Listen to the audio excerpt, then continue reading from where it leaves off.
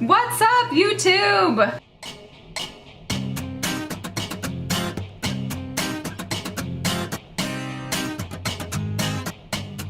If you are new here, I am an author of a lot of books. Here's one, here's another, here's 4 more. Last week I discussed part 1 of social media for authors, where I went into length about like YouTube, Twitter, Instagram, and having an email list. It was really fun. I drank a lot of coffee. This week I'm going to be going into a rapid fire portion of social media for authors, where I have asked all of you to ask me your questions on Instagram and on Twitter. You guys have asked tons of them, and now it's time for me to answer, but I have to answer quickly. I have coffee and cream and I'm ready to do this. What you don't know is that I recorded all of this 2 weeks ago. First, can I get a little music, please?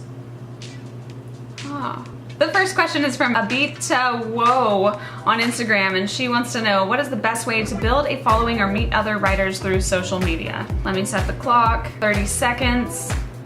Here we go. Okay, be yourself on social media. You need to go onto like Twitter and Instagram. You need to follow hashtags. You need to look for other authors and writers or readers, whatever, everyone that's involved in the industry, and start following them and start communicating with them. You could do awesome giveaways. People love to see that. You need to be yourself. I always bridge the gap between me and like real life me and professional me, and then I hope people like it. Good quality photos, good quality videos, funny stuff. Don't be a jerk. Whew.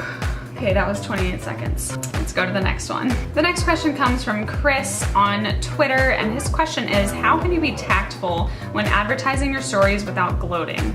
I love this question. Okay, let's set the clock. This falls perfectly in line with my last response, which is don't be a jerk. People don't want to be excited for you if you're a jerk, but if you're genuinely excited, you're humble, you're grateful, you're thankful when you finally reached a goal, and you tell people that, then they're gonna be excited for you. I have a few seconds left, oh my gosh. Just really, it's okay to be excited. You worked really hard on a project. It's okay to be happy. The next one comes from Joy on Twitter. So Joy's question is, do publishers actually care about a new author's social media presence? That's an awesome question. I don't know how I'm gonna respond in 30 seconds. Let me think. Let me take a sip of coffee before this.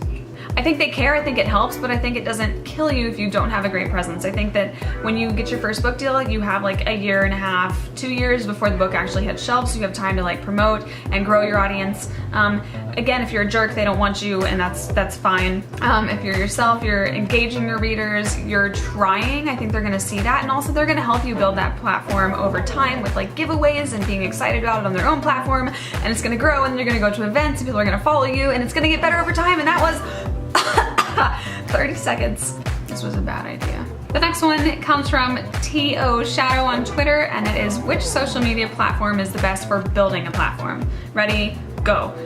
All of them. I do think that Facebook is probably not the best at this point in time, but there's also an audience. It really depends on like who your readers are gonna be. Are you going to like middle grade readers? Are you going to young adult readers? You have to kind of figure out like who's the audience that you're trying to reach, and then where are they at. You could do that through a lot of research. If you're writing YA, I think Twitter, Instagram, YouTube are great. For middle grade, probably the same thing too. And then also building a platform, if you're gonna do middle grade, you do school visits. I'm literally so tired right now. I think I'm gonna lose my voice. The next one comes from Jacqueline on Twitter, and it is, I would love to learn about making author friends, not necessarily published authors, but other writers all working on our books together. Okay, I have a great response for this. I'm ready. Nanowrimo is awesome because I know it's National Novel Writing Month. It takes place in November, and it's when everyone tries to write a book in 30 days, but it's great because you get on all these like chat room boards, and you can talk to other authors. You can follow the hashtags on Twitter and Instagram. You can also follow like hashtag #AmWriting or hashtag #AuthorLife. Those are great.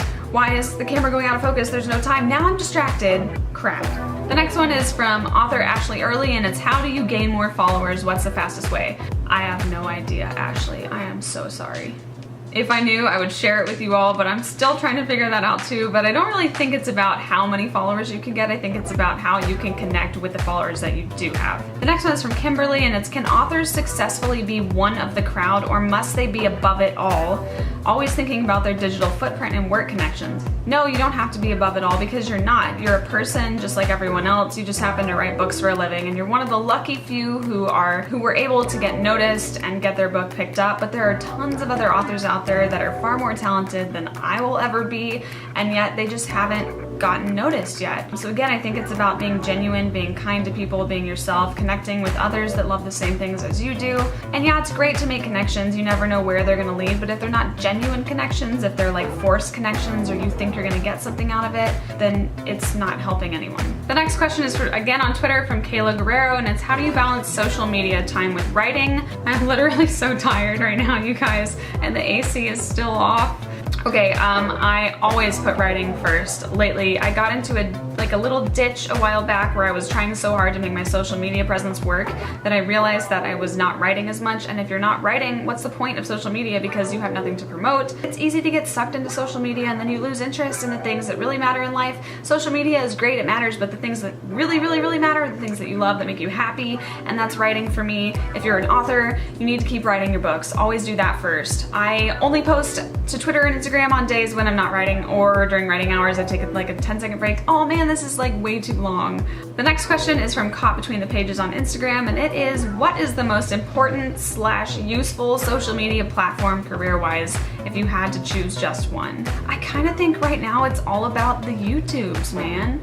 You guys get to see me like face to face, and it's like we're having a conversation when I'm actually looking at the lens and not at the viewfinder. But I feel like, yeah, when you see me at events, like now we get to connect on like a personal level. You watch my videos and then you respond in the comments and I respond back, and so it's a little bit more personal. So I think I would actually choose YouTube now, but beneath that I would choose Instagram. The next one is from Paul on Instagram, and he says, it seems like Twitter is the most talked about among authors. What are your thoughts on that? The clock is on. Go. Okay, Twitter's great, I think it's awesome, but there's definitely a place for Twitter, there's a place for Instagram, there's a place for YouTube, there's a place for Snapchat. I think they're all different platforms. I think it's good to have all of them because you don't know where people are gonna be, what platform they're on that they like, and I think you have to at least be like somewhere in each one of those because you don't know where you're gonna be found, and if someone goes on looking for you on a platform and you're not there, then they're not gonna wanna dig and search unless they're really interested in you as an author, but by then someone else will probably have stepped in to take your place. The last one, because I'm so tired, is from Brie Garza on Instagram, and it is, in what ways has social media benefited you as an author? Social media is awesome because it's given me a chance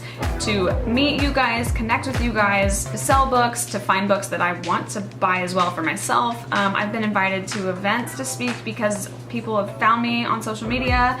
I've met some awesome friends on social media. I've met co-authors through social media. Tons of stuff has happened through social media, and I think it's wonderful and great and also terrifying at times.